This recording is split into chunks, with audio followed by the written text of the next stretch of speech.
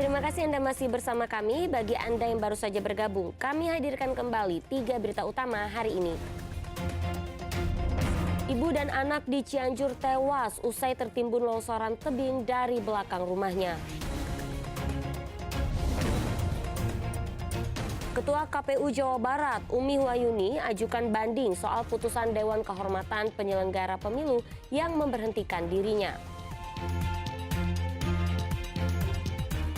Seorang pekerja seks komersial tewas di kamar indekos di Kabupaten Bogor.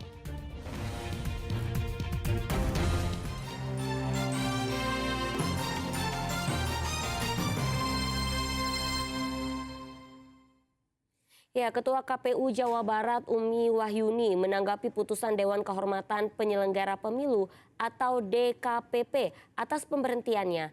Ia bakal mengajukan banding ke Pengadilan Tata Usaha Negara (PT-UN) atas putusan tersebut. Menjatuhkan sanksi peringatan keras. Meski DKPP sudah mengumumkan pemberhentian Umi Wahyuni, namun ia belum mendapatkan SK pencopotan jabatan dari KPU RI. Umi membantah seluruh putusan dan nantinya ia akan mengajukan banding jika sudah turun SK pemberhentiannya sebagai Ketua KPU Jawa Barat. Umi mengaku menghormati putusan DKPP, namun ia tidak membenarkan tuduhan yang ada dalam putusan tersebut. Ia bahkan meyakini tidak melanggar kode etik sebagai Ketua KPU Jawa Barat. Umi juga memastikan putusan DKPP tidak akan pernah mengganggu jalannya proses pilkada di Jawa Barat. Saya tidak tahu kenapa putusannya sedemikian rupa, tetapi secara pribadi dan secara personal saya juga berhak untuk mendapatkan keadilan. Nanti ketika sudah ada putusan dari KPU RI, insya Allah saya akan melakukan banding terkait dengan apa yang diputuskan oleh DKPP melalui PT-UN. Hari ini saya masih menjadi Ketua KPU Provinsi Jawa Barat karena belum ada SK pergantian dari KPU RI, walaupun sudah ada ketetapan dari DKPP. Ya, sementara itu terlapor caleg DPR RI dari Partai Nasdem Dapil 9 Jawa Barat, EF Hidayat, menanggapi senang atas putusan DKPP, meski tak menyangka jika Ketua KPU Jawa Barat, Umi Wahyuni, diberhentikan. Hal itu disampaikan EF saat ditemui di rumahnya daerah Subang pada Selasa kemarin. Ia mengatakan sebelumnya ia sempat melaporkan adanya pemindahan suara, tetapi KPU dan Bawaslu Jawa Barat tidak merespon. Laporannya baru direspon setelah masuk ke DKPP. Dalam pemilu Februari lalu, caleg Nasdem ini memperoleh 5.859 suara dalam pemilu Sumedang. Namun saat rapat pleno pada Maret lalu, perolehan suaranya menjadi 1.844 suara. Hilangnya 4.015 suara itu ternyata pindah ke caleg Nasdem lain, Ujang Bey.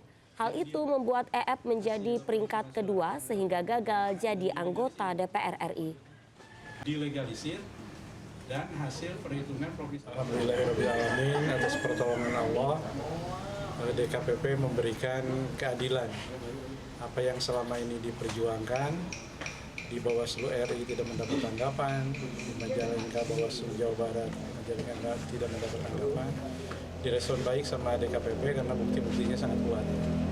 Kita juga akan mengajukan Bawaslu Jawa Barat, Bawaslu Majalengka dan KPU Majalengka. Langkah ke depan?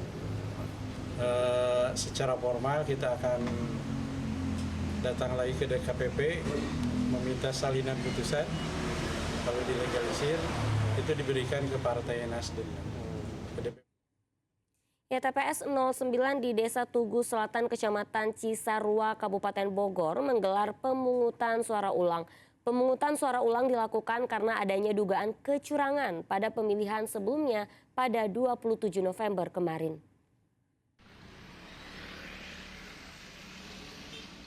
Warga Desa Tugu Selatan, Cisarua, Kabupaten Bogor menyempatkan diri kembali datang ke TPS 09 pada Selasa pagi.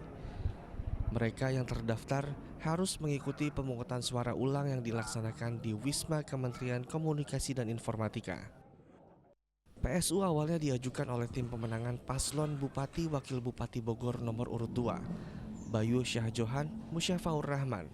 setelah ditemukan adanya dugaan kecurangan dalam penghitungan suara di TPS 09 pada 27 November kemarin.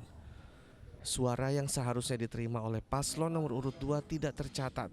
Sementara seluruh suara di TPS 09 masuk ke paslon Bupati Wakil Bupati nomor urut 1, Rudi Susmanto Aderuhandi. PSU dilaksanakan berdasarkan usulan panitia pemilihan kecamatan yang didukung oleh rekomendasi Bawaslu.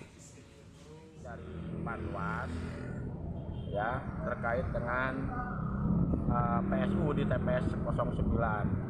Jadi kami sifatnya membantu PPS untuk melaksanakan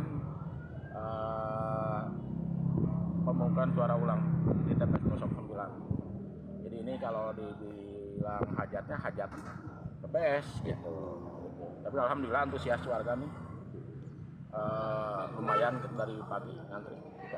Hasil pemungutan suara ulang di TPS 09, Rudi Ade memperoleh 228 suara sah, sedangkan Bayu Rahman memperoleh 38 suara. Asep Solihin melaporkan dari Kabupaten Bogor.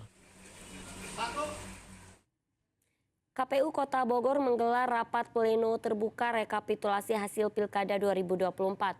Berdasarkan hasil rekapitulasi paslon Wali Kota Wakil Wali Kota Bogor, nomor urut 3 Dedi Arahim, Jenal Mutakin unggul dari 3 paslon lain.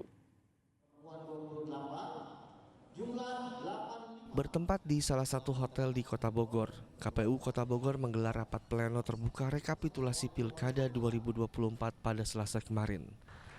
Rapat penetapan hasil Pilkada secara resmi dipimpin langsung Ketua KPU Bogor, M. Habibie Zainal Arifin. Berdasarkan hasil rekapitulasi KPU, paslon Wali Kota Bogor nomor urut 3, Dedi Jenal, memperoleh 183.500 suara, unggul dari 4 paslon lain. Sementara untuk pemilihan Gubernur Jawa Barat, paslon nomor urut 4 Dedi Mulyadi Erwan Setiawan unggul sementara di tingkat Kota Bogor dengan raihan 278.039 suara. KPU Kota Bogor akan menunggu selama 3 hari untuk melihat apakah ada pengajuan perselisihan hasil pemilu ke Mahkamah Konstitusi. Kita tunggu 3 hari pasca penetapan hasil ini. Nanti kita lihat juga bersama-sama apakah ada yang masuk ke Mahkamah Konstitusi atau tidak. Kalaupun memang 3 hari ini tidak ada perselisihan hasil, maka kita langsung bisa menetapkan pemenang atau calon terpilih dari pemilihan pilkada ini. Hasil rekapitulasi yang sudah ditandatangani KPU Kota Bogor akan dikirim ke KPU Provinsi Jawa Barat untuk direkapitulasi di tingkat provinsi. Iwan Kurniawan melaporkan dari Kota Bogor.